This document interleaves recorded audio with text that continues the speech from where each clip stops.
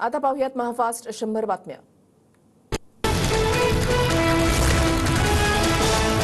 घोसाळकरांवरील गोळीबारानंतर गुंड मॉरेशची गोळ्या झाडत आत्महत्या, राजकीय वैमनस्यातून गोळीबार झाल्याची माहिती। अभिषेक घोसाळकर यांच्या पार्थिवावर दुपारी 3 वाजता अंत्यसंस्कार होणार।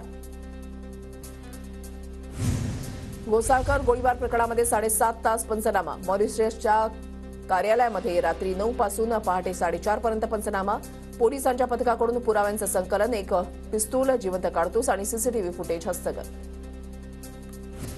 मुख्यमंत्री एकनाथ शिंदे आणि फडणवीसांमध्ये वर्षा बंगल्यावर 1 तास चर्चा, गोळीबाराच्या घटनेची चर्चा झाल्याची सूत्रांची माहिती। उद्धव ठाकरेंचे आजचे सर्व कार्यक्रम रद्द, ठाकरे आज सकाळी घोसाळकर कुटुंबियांची भेट घेणार। 26 फेब्रुवारीपासून राज्याचं अर्थसंकल्पीय अधिवेशन, 28 फेब्रुवारीला राज्याचा अर्थसंकल्प सादर केला जाणार।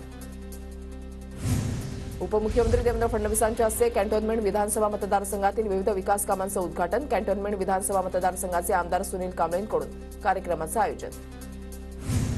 शरद पवार राज्यव्यापी दौरा करणार असल्याची सूत्रांची माहिती। 15 ते 17 फेब्रुवारीला बारामती दौरा, तर 18 तारखेला पवारांचा पुरंदर दौरा, 21 फेब्रुवारीला वळसे पाटलांच्या मतदारसंघामध्ये दौरा असणार, सूत्रांची माहिती।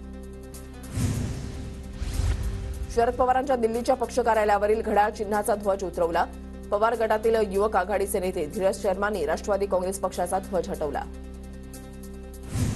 पुण्यामधील शरद पवार गटाच्या कार्यालयावरील घड्याळ चिन्ह काढलं, चिन्ह काढताना प्रशांत जगताप भाऊक।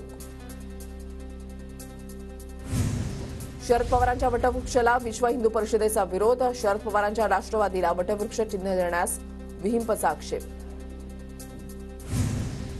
मुख्यमंत्री एकनाथ शिंदेंच्या वाढदिवसाच्या निमित्तानं ठाण्यामधल्या निवासस्थानाबाहेर कार्यकर्त्यांची मोठी गर्दी, शुभेच्छा देण्यासाठी कार्यकर्त्यांची झुंबड।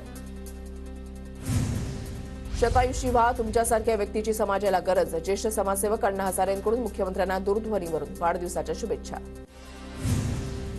मुख्यमंत्री एकनाथ शिंदेंना वाढदिवसाच्या निमित्तानं न्यूयॉर्क टाइम्सच्या स्क्वेअरवर शुभेच्छा, महाराष्ट्रासाठी आणि मुंबईसाठी करत असलेल्या कामाचं कौतुक। भाजपा आमदार गोपीचंद पडळकर यांच्याकडून हिंदुस्थान शिवमल्हार क्रांती सेनेची स्थापना, हिंदुस्थान शिवमल्हार क्रांती सेनेची स्थापना करत वेगळे संघटन निर्माण करण्याचा पडळकरांचा प्रयत्न।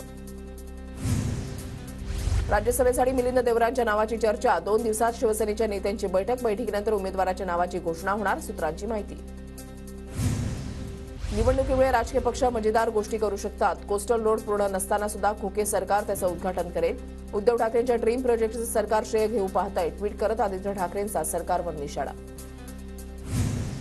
कल्याण डोंबिवलीमध्ये गुंडागर्दी संपवण्यासाठी शिवसेना स्वच्छ प्रतिमेचा उमेदवार देणार, जनता आमच्या उमेदवाराच्या पाठीशी उभी राहील, वरुण सरदेसाईंकडून विश्वास व्यक्त।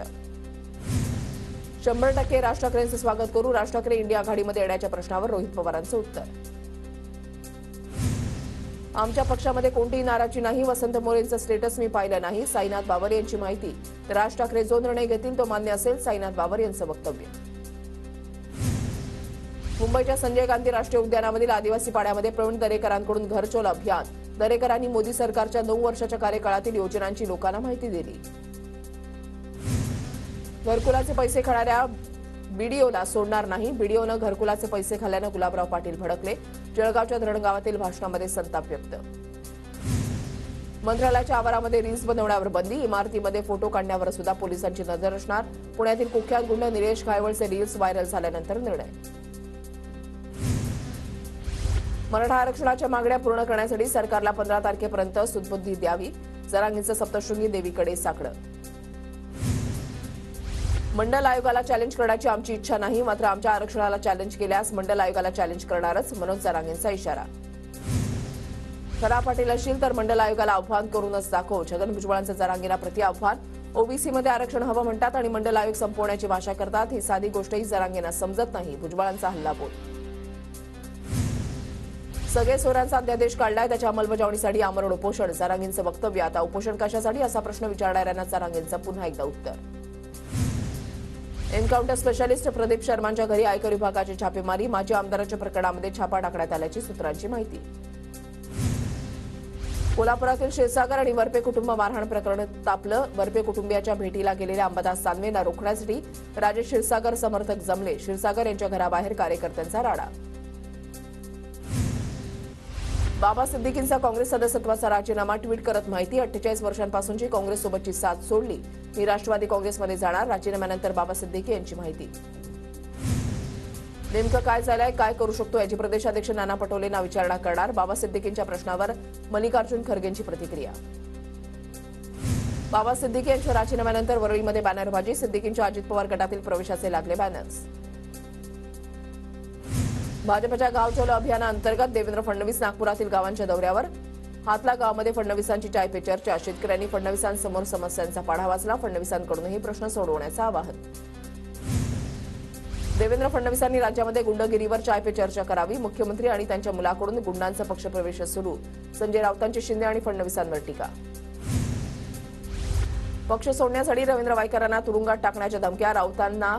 राऊतांचा ट्विट करत ईडीवर गंभीर आरोप. वायकर निष्ठावंत, धमक्यांना भीक घालत नाहीत. राऊतांचं वक्तव्य.